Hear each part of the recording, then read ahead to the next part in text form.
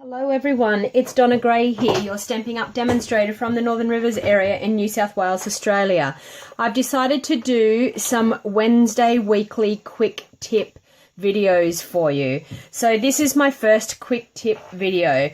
I'm doing this to show you how to cut your cardstock and how to get your beautiful layered sizes of the cardstock. So what I'm actually going to do is I'm taking one of our full sheets of A4 cardstock. Now our A4 cardstock is 8 1/4 by 11 3/4, I think it is. Nearly 11 3/4.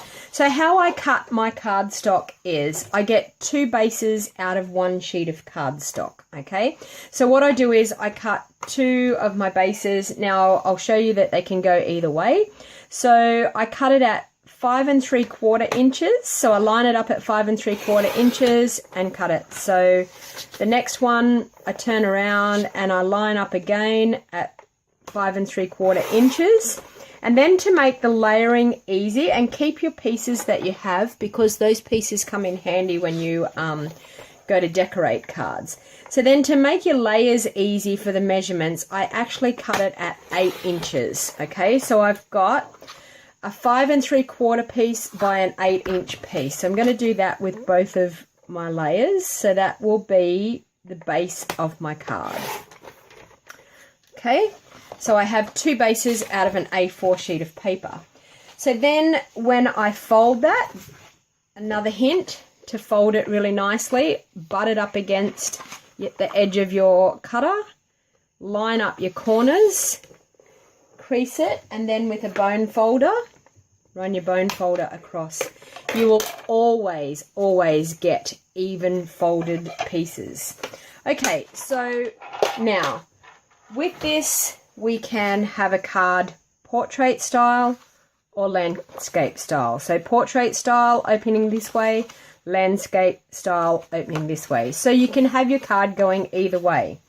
Okay, so then the next thing is I want to cut a layer, and I want to have a layer that is a lot smaller, only an eighth of an inch smaller than my base.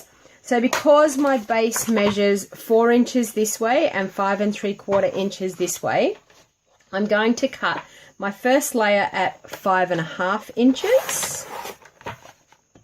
And then because it's 4 inches this way, I'm just going to cut it at 3 3/4 inches. So what I've done is I've taken 1/4 of an inch off what my card folded measures. As you can see, when you line that up, you get a beautiful 1/8 of an inch border. Okay, so I'm going to bring in some Whisper White, and now I want to create another border. So because I cut that one at 5 1/2 by 3 3/4, I'm going to cut this one at 5 1/4 inches by 3 1/2 inches. Okay, and as you will see, this will line up on our card with a beautiful 1/8 of an inch border all the way around. And you can keep stepping that down. I'll step it down once more. I'll use some of our Bermuda Bay that we cut. I will cut it at 5 inches. 5 inches by 3 1/4 inches. Okay. And there we have another 1/8 of an inch border all the way around. So you always cut it 1/2 inch smaller.